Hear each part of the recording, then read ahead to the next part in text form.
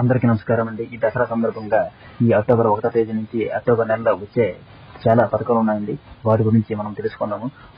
October 1వ తేదీన కొత్త పెన్షన్లు కూడా రిలీజ్ కానున్నాయండి. ఎవరెవరికి వస్తాయి, ఎవరెవరికి రాదు తెలుసుకుందామండి. అదే విధంగా ప్రభుత్వం 3 లక్షల ఇళ్లు ఇవ్వాలనుకుంటుందండి. అవి కూడా దాని గురించి కూడా అప్డేట్ వచ్చిందండి. దాని గురించి కూడా పూర్తిగా తెలుసుకుందాము. దానికి సంబంధించిన డీటెయిల్స్ మనం తెలుసుకుందాము. వాహన మిత్ర సంబంధించిన మొన్నటితో స్కీమ్ యొక్క అప్లికేషన్ అన్ని ఫిల్ అయిపోయిందండి. అది ఎప్పటి నుంచి పడతాయో, ఎవరికి పడతాయో దాని గురించి కూడా కొంచెం తెలుసుకుందామండి.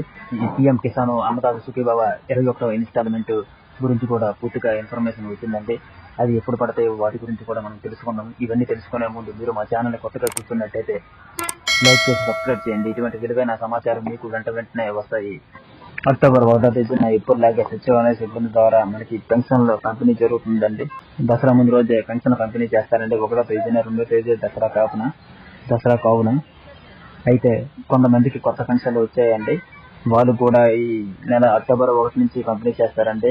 అది కూడా దివ్యాంగులకి 15,000 రూపాయలు కావాలంటే వారు సదరన్ సర్టిఫికేట్ కూడా ఉండాలండి. సదరన్ సర్టిఫికేట్ లోన 85% దాటి ఉంటే వాళ్ళకి 15,000 రూపాయలు పెన్షన్ ఇస్తారండి.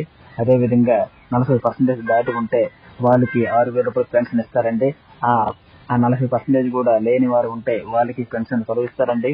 తొలగించిన వారికి 60 వాళ్ళు కూడా బాధపడవలసిన అవసరం లేదండి. ఒకవేళ వాళ్ళకి 60 సంవత్సరాలు దాటి ఉంటే నార్మల్ గా ఇచ్చే పెన్షన్ 4,000 రూపాయలు ప్రతి నెల ఇస్తారండి. కొత్తగా సదరన్ సర్టిఫికేట్ చేసుకున్న వారు ఉంటే వారికి ఇస్తారండి. పాతగా ఉన్నవారైతే పాత సర్టిఫికేట్ 40% దాటి ఉంటే వారికి కూడా ఇస్తారండి. వీటితో పాటు ఇటీవల వాహన మిత్ర పథకాన్ని కూడా ప్రారంభించారు. ఇది కూడా మొన్న సెప్టెంబర్ 15వ తేదీ కల్లా ఈ కేవైసీలు పూర్తి చేసుకోమన్నారు. వారు చేసుకున్న వారికి ఎలిజిబిలిటీ ప్రకారం ఈ అక్టోబర్ నెలలో మొదటి వారంలో ఈ వాహన మిత్ర సంబంధించిన 15,000 రూపాయలు వారు బ్యాంక్ ఖాతాల్లో పడతాయి. పీఎం కిసాన్ యొక్క 20వ ఇన్స్టాల్మెంట్ ఆగస్టు నెలలో మనకి పడ్డది. అదేవిధంగా అన్నదాత సుఖీభవ కూడా అదే నెలలో పడ్డది. ఆ రెండు కాకుండా ఇప్పుడు 21వ ఇన్స్టాల్మెంట్